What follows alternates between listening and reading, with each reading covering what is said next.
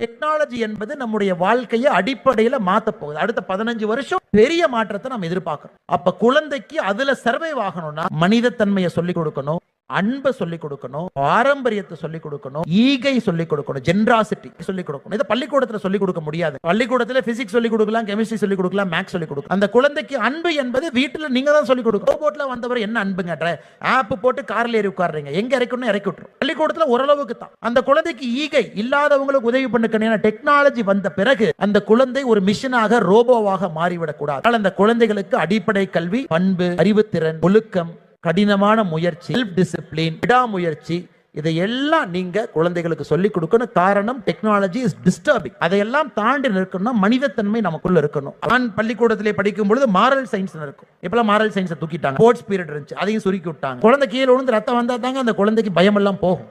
ஸ்கேட்டிங்ல பண்ணும்போது கீழே விழுந்துதான் எந்திரிப்பாங்க. அதனால குழந்தைக்கு அந்த வாய்ப்பு கிடைக்கட்டும். நிறைய ஸ்போர்ட்ஸ் விளையாட விடுங்க. ஸ்போர்ட்ஸ் விளையாடும் போது தான் டீம் ஒர்க், விட்டு கொடுத்தல், ஈகை குணம். ஸ்போர்ட்ஸ் விளையாடும் பொழுது தான் பெருந்தன்மை. அது கிளாஸ் ரூம்ல எப்படிங்க சொல்லிக் கொடுக்கிறது, பிசிக்ஸ் லேப்ல எப்படிங்க சொல்லிக் கொடுக்க, கெமிஸ்ட்ரி லேப்ல எப்படிங்க சொல்லிக் கொடுக்கிறது. விளையாட்டு மைதானத்தில் அந்த குழந்தை போனா தான் அந்த குழந்தையினுடைய உண்மையான மனிதத்தன்மை வெளியே வரும். அதனால் எல்லா பெற்றோர்களும் கூட என்னுடைய அன்பான வேண்டுகோள், உங்களுடைய குழந்தைகளுக்கு ஸ்போர்ட்ஸுக்கு பெரிய முக்கியத்துவம் கொடுங்க. அதுவும் கிராமத்தில் இருக்கக்கூடிய குழந்தைக்கு தான் அந்த பசி என்பது வயிற்றில் இயற்கையாகவே இருக்கும், சாதிக்கணும் என்கின்ற வெறி.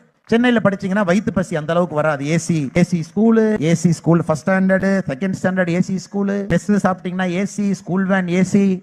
அந்த குழந்தைக்கு வயிற்று பசி வரங்க. எல்லா இடத்துலயும் ஏசின்னு வச்சோம்னா அந்த குழந்தை ஃப்ரிட்ஜில் இருக்கக்கூடிய வெஜிடபிளாக மட்டும்தான் வருவார். வெயில் படணும், வேர்வை வரணும், ஆடு மாட்டை பிடிக்கணும், ரோட்ல நடந்து வரணும், அரசு பேருந்துல ஏறணும், அரசு பேருந்துல இறங்கணும், ஒரு கவர்மெண்ட் பஸ் ஸ்டாப்ல இருந்து கஷ்டத்தை பார்க்கணும். பார்க்கக்கூடிய குழந்தை தான் ஆளுமையாக வருவார். அதனால நிச்சயமாக கஷ்டத்தை கொடுங்க. நீங்க கஷ்டப்பட்டு இவ்வளவு தூரம் வந்ததுக்காக குழந்தைய பத்தி வளர்க்காதீங்க. வாய்ப்பு கொடுங்க, உருவாக்கி கொடுங்க. வேர்வையை பார்த்து ரசிங்க. வெயில் அந்த குழந்தைகள் போகட்டும். நிச்சயமாக பெரிய ஆளுமைகளாக வருவார். பெற்றோர்கள் இன்னைக்கு ஐயோ நாம கஷ்டப்பட்டோம் நம்ம குழந்தை கஷ்டப்படக்கூடாது, அது தவறான ஒரு வாதம். நான் தொடர்ந்து பல இடத்துல சொல்றதுங்க. நீங்க கஷ்டப்பட்டீங்க, உங்களுக்கு வாய்ப்பு கிடைக்கல. ஆனா இன்னைக்கு நீங்க அந்த வாய்ப்பு உங்க குழந்தைக்கு கொடுத்துருக்கீங்க. அதனால குழந்தை கொஞ்சம் கஷ்டப்படுறாங்கன்னா விடுங்க, தவறு கிடையாது சார். ஒரு கவர்மெண்ட் பஸ்ல, டவுன் பஸ்ல வந்தா தான் அந்த குழந்தைக்கு ஏழைன்னா யாருன்னே தெரியும். இந்தியாவினுடைய ஆளுமைகள், இந்தியாவினுடைய பெரிய மனிதர்கள், வருங்காலத்தில் வரக்கூடிய பெரிய ஆளுமைகள் எல்லாம் இந்த நாள்ல ஏதோ ஒரு கிராமத்தில் பிறந்திருப்பார்கள் என்பது சத்தியம். எந்த மாற்று கருத்தும் இல்லை. ராமராஜ்யம் நமக்கு வேணும். உங்களுடைய காலத்துல நல்ல ஒரு ராஜ்யத்தை நீங்க பார்க்கணும்னா அது போன்ற மனிதர்களாக நாம் வாழும் பொழுது ஸ்ரீராமன் தானாக வந்து நம்ம முன்னாடி நிற்பார்.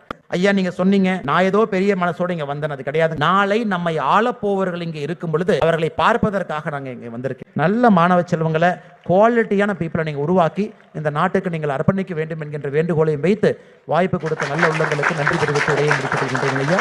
நன்றி, வணக்கம். பாரத் மாதா கி ஜெய்.